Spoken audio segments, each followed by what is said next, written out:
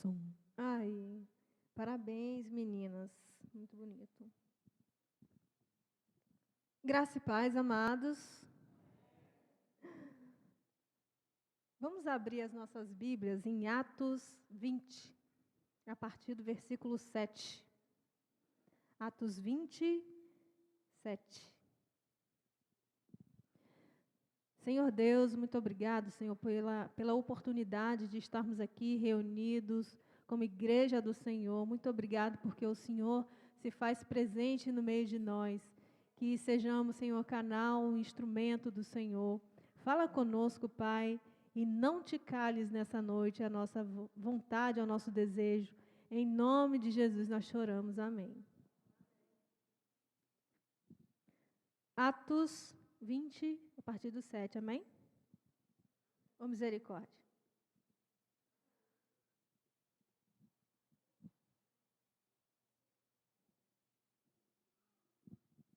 E diz assim: no primeiro dia da semana, estando nós reunidos com o fim de partir o pão, Paulo, que devia seguir viagem no dia imediato, exortava-os e prolongou o discurso até meia-noite. Havia muitas lâmpadas no cenáculo onde estávamos reunidos. Um jovem chamado Eutico, que estava sentado numa janela, adormecendo profundamente durante o prolongado discurso de Paulo, vencido pelo sono, caiu do terceiro andar abaixo e foi levantado morto. Amém? Queria fazer um exercício mental rapidinho, coisa rapidinha com vocês. Fechem os olhos e pense em janela. O que te vem à mente quando você pensa em janela? Pensou? Pode abrir o olho. Deus, na sua imensa sabedoria, né, que tem todo o poder, toda a ciência, Ele nos fez de maneira tão perfeita que nós nascemos e ao longo da nossa vida nós vamos criando e armazenando nesse HD maravilhoso e perfeito que é a nossa mente, vários padrões que a gente se depara ao longo da vida. Por exemplo, se eu disser cadeira, você vai pensar em quê? Cadeira é um objeto para sentar, 4 pés e um encosto, certo? Se não tiver um encosto da cadeira, aí não é cadeira, é um banco, né? Alguma coisa nesse sentido. E assim é com a janela. Então, guardem isso, essa questão aí da janela. Fechou esse padrão aí? Quando a gente fala em janela, você não pensa em nada além disso, não é? Do que uma coisa ali na parede que quem está dentro vê, quem está lá fora, se tiver uma cortina não vê, mas é um acesso de dentro para fora e de fora para dentro.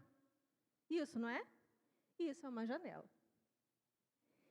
Essa passagem, ela acontece na terceira viagem missionária de Paulo, e os últimos acontecimentos antes dessa viagem missionária de Paulo, antes de estar passando por Troade, que é uma cidade portuária, foi o seguinte: ele estava em Éfeso e ali houve muitas pessoas se converteram, houve muitos milagres, muitas maravilhas no nome do Senhor Jesus, acontecia através da vida de Paulo, e aí as pessoas começaram a se converter a Jesus Cristo. E ali naquela cidade existia o templo da grande deusa Diana. E aí acontece que as pessoas se convertiam, largavam a idolatria e acontecia o quê? Os fazedores de ídolos, os artífices, eles estavam perdendo dinheiro. E quando mexe no bolso, o negócio fica estreito, né? E aí, esse polo, esse sindicato, resolveu se reunir, encabeçados por Demétrio, que era o líder deles, o sindicato, né? Esse sindicato dos artífices, dos fazedores de ídolos, eles resolveram se reunir e falar assim: vamos botar esse homem daqui para fora, porque ele está atrapalhando nossos negócios. Porque nós não fazemos mais os ídolos lá para a grande deusa Diana, as pessoas estão abandonando as suas práticas idólatras, e nós vamos ter que mandar esse cara vazada aqui, meteu o pé, né, como dizem os adolescentes. Vazar, meteu o pé. E aí Paulo teve que picar a mula dali, não é não? E aí, nessa viagem, ele partiu para Macedônia, para a Grécia, e aí, na sua viagem, foi nesse caminho de Éfeso para lá, que aconteceu essa parada em Troade. Troade, que é Troia.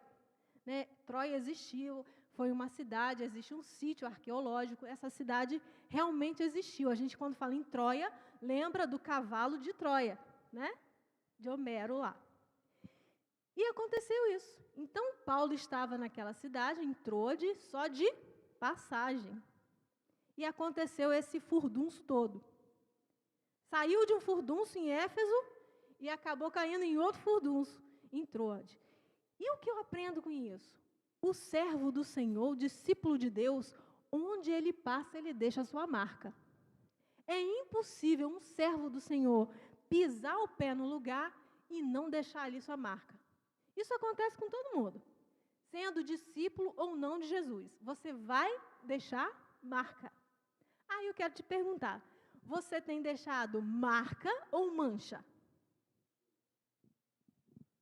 E aí Paulo deixou essa marca em Éfeso, e ele passando em Troade, deixa essa marca desse acontecimento aqui, que é bem conhecido nosso, e nós vamos pensar um pouquinho sobre esse acontecimento. E aconteceu, o texto diz que estavam todos ali reunidos, embora que hoje não seja uma prática assim, talvez se nós tivéssemos que pregar em algum lugar e tivéssemos que passar por um lugar só de passagem, não ficaríamos ali, talvez a gente não se lembrasse de reunir congregado no domingo. Não é assim que às vezes acontece? Ah, estou passando aqui só de viagem, não vou parar não. Não estou na minha igreja, não vou ficar não vou ficar para o culto não.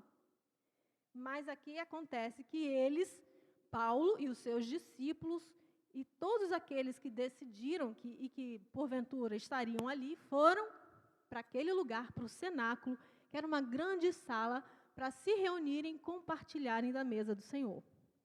Então, Paulo, num domingo, que diz aqui o texto, no primeiro dia da semana, ele não se furtou a estar em comunhão com os irmãos naquele dia que era de comunhão. E o texto diz que Paulo prolongou seu discurso. Tem aqueles pregadores que ficam um tempão pregando? Então, o texto diz que ele prolongaria seu discurso até a meia-noite, já pensou? Se a gente ficasse aqui até a meia-noite, eu acho que não ficava ninguém, não. Você ficava, Daniel? Até meia-noite?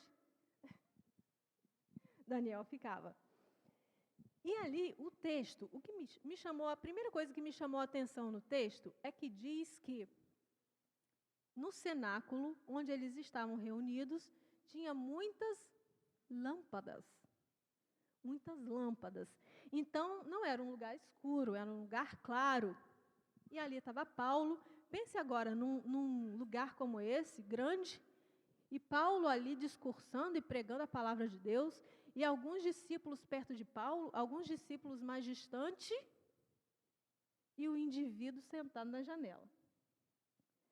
Janela é um limite. Agora, pensa daquela ideia inicial do padrão de janela. Janela é um limite bem tênue, é uma linha muito fininha entre o dentro e o fora. Naquela posição, dependendo da condição da janela, ela é o limite entre a vida e a morte, a segurança e a insegurança, a certeza e a incerteza. E aquele jovem, diz o texto, que ele decidiu estar ali, naquele lugar, sentado na janela. E eu quero te perguntar essa noite, perguntar para você, em que lugar você está nesse cenáculo? Você está perto de Paulo? Você está um pouco mais longe? Você está sentado, paralisado ali na parede? Ou você está na janela?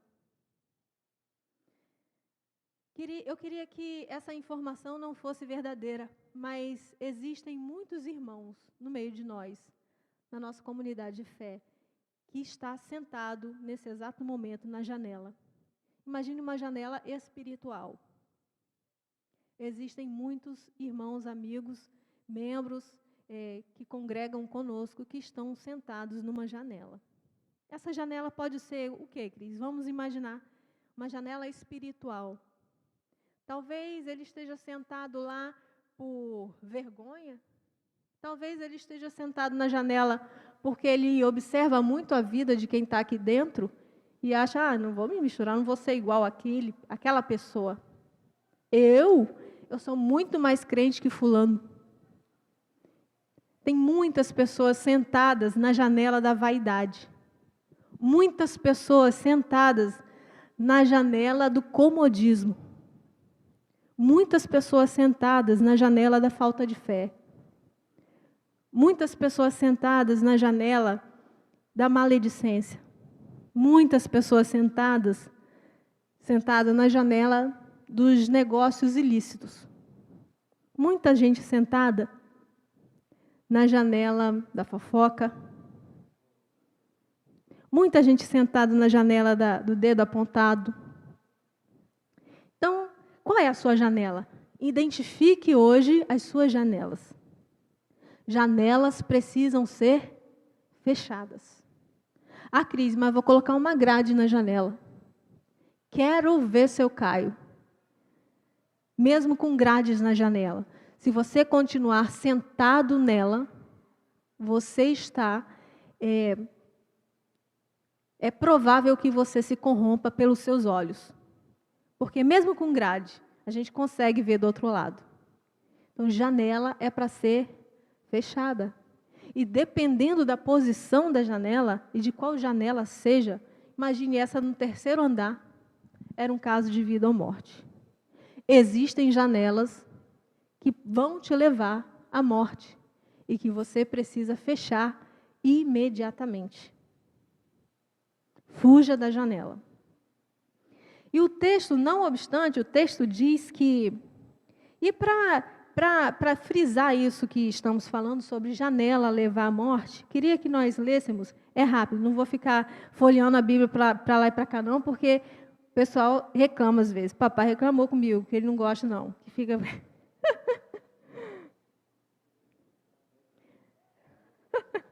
Segundo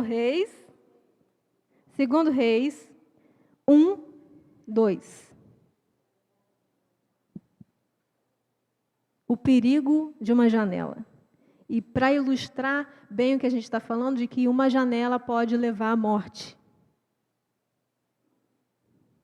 E o texto diz assim, 2 Reis 1, 2.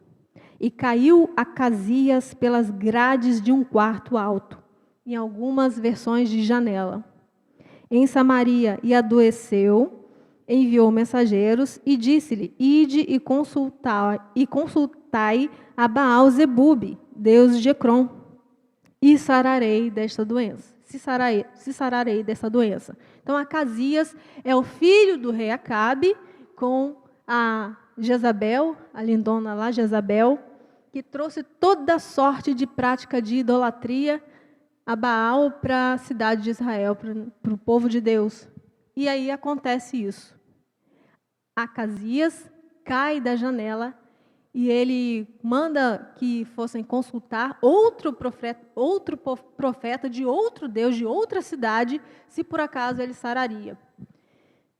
Nesse episódio, ele é até chamado a atenção, que Eliseu diz para ele, acaso não há profeta em Israel para você estar consultando Baal-zebube, o deus de Ecrom?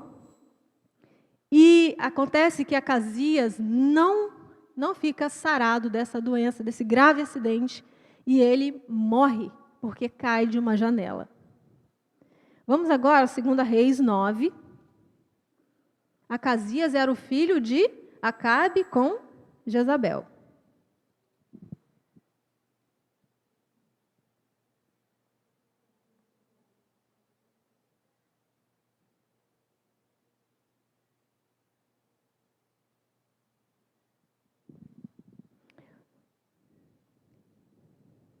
Segundo Reis 9, a partir do 31, diz assim, ao entrar Jeú pelo portão do palácio, disse ela, Jezabel, teve paz Zinri que matou ao seu senhor? Levantou ele o rosto para a janela e disse, quem é comigo? Quem? E 2 ou 3 eunucos olharam para ele. Então disse ele: lançai-a Jezabel, lançai-a daí abaixo. Lançaram-na abaixo e foram salpicados com seu sangue a parede e os cavalos, e Jeú a atropelou. Então, a mãe de Acasias morre quando cai de uma janela. Acasias também morre quando cai de uma janela, para nós podermos figurar como que é terrível e perigoso estarmos assentados numa janela. O texto diz, não termina aí, que ele somente estava sentado na janela. O texto diz, no versículo 8, lá de Atos 20, que, versículo 9, não é 8 não, o 9, um jovem chamado Eutico, que estava sentado numa janela, adormecendo profundamente. Não obstante de estar sentado numa janela, ele conseguiu dormir ali. E não obstante, conseguiu dormir profundamente. Imagine se esse homem roncou. Meu Deus do céu, se fosse você, ia roncar alto. E aí, esse homem conseguiu, ele esteve sentado na janela por um longo tempo, ele decidiu se afastar dos demais discípulos e se assentar na janela, e ele cai num sono profundo. Meus amados, esse homem, esse jovem, esse chamado Eutico, ele provavelmente pestanejou algumas vezes. Ele deu aquelas piscadelas, né? Quando a gente dorme que a cabeça vai, certamente aconteceu isso com ele.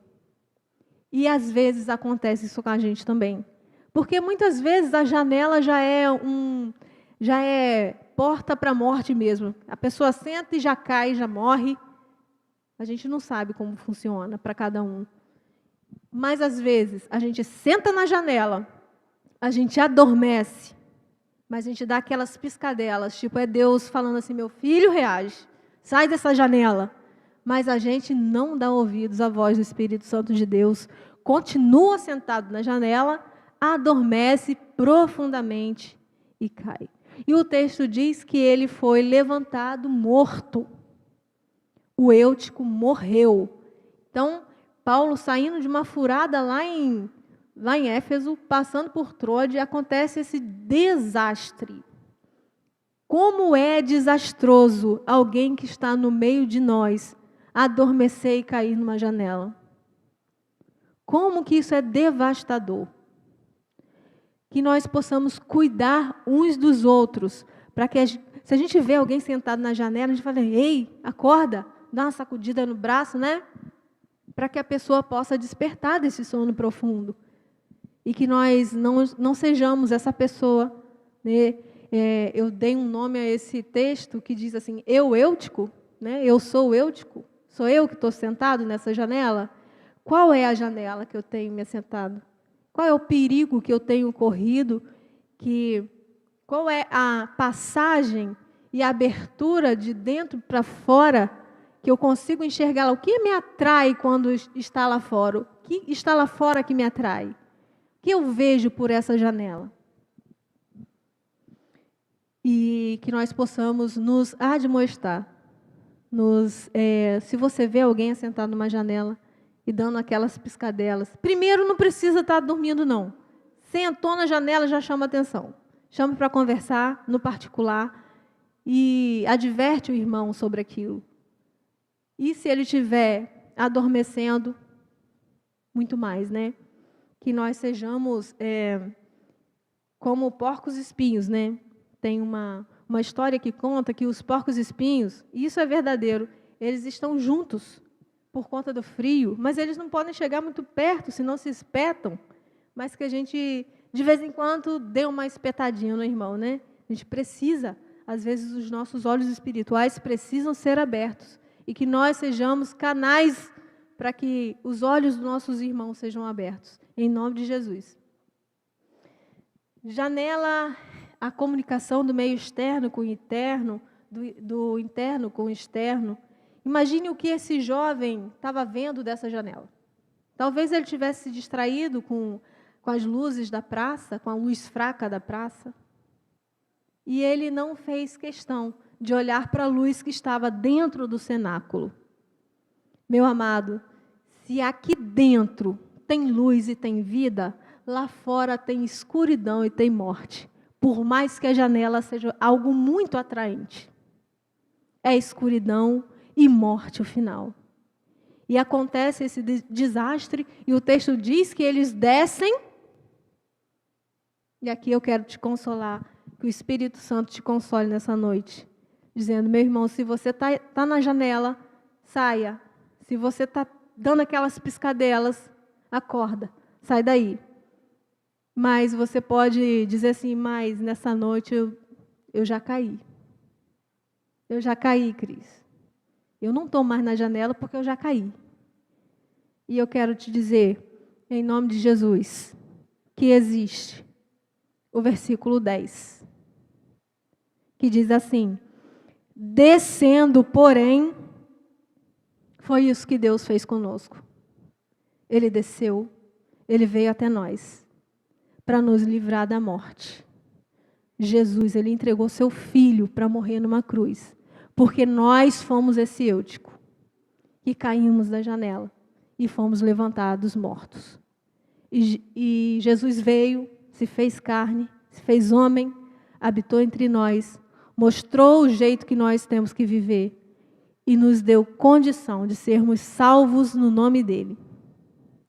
E Paulo aqui, para esse jovem, representa Jesus, porque ele desce. Descendo, porém, Paulo inclinou-se sobre ele. Assim que Deus faz conosco. Você caiu, meu irmão? Deus desce, inclina os olhos para você, olha nos seus olhos. Inclinou-se sobre ele e abraçando-o. Assim que Cristo faz conosco. Ele desce, ele se inclina para nós e ele nos abraça. E como é bom, né?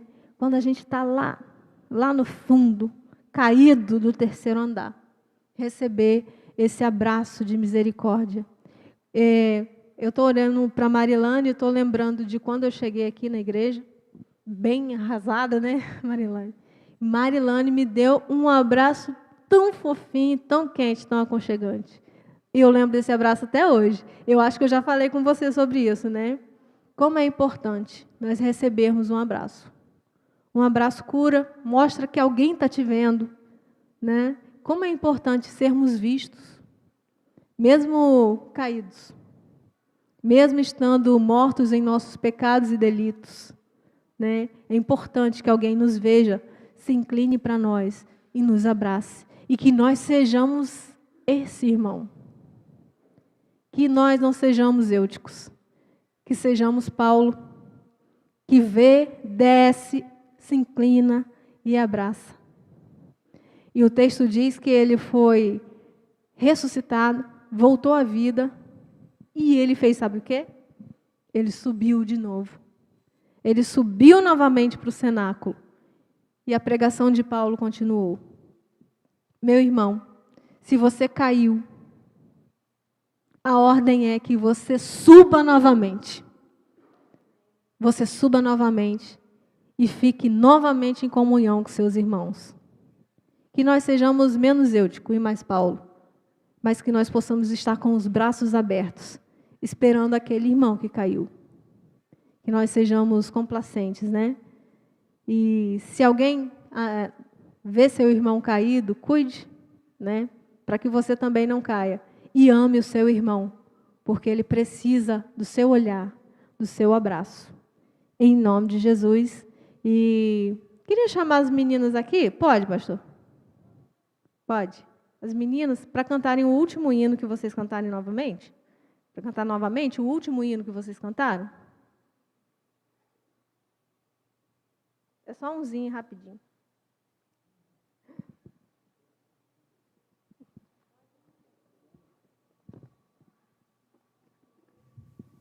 Elas cantaram sobre o Espírito Santo. E o Espírito Santo é esse, que desce. É porque quando Jesus desceu e subiu, ele deixou um consolador, que é esse, o Espírito Santo, que nos convence do perigo da janela. E que nós sejamos convencidos, em nome de Jesus, que Ele mesmo, o Espírito Santo, Abre os teus olhos espirituais para que você possa entender e buscar aí na sua memória quais são as suas janelas, mas que você feche imediatamente. Você mande um recado no telefone, encerre isso imediatamente. Que você amanhã diga assim, olha, não vamos mais fechar aquele negócio. Olha, não vamos mais fazer isso. Que você diga um não hoje. O não é libertador. Você precisa usá-lo. Não. Meninas, adolescentes, não é libertador. E o não costuma revelar muita coisa. Porque a partir do não você conhece quem é o outro. E que nós sejamos, nessa noite... O pastor não gosta, né, de sermos confrontados pelo Espírito Santo. É o senhor que não gosta, né, dessa palavra, confrontar. Mas que os nossos olhos espirituais sejam totalmente abertos pelo Espírito Santo. E que nós fechemos as nossas janelas, em nome de Jesus.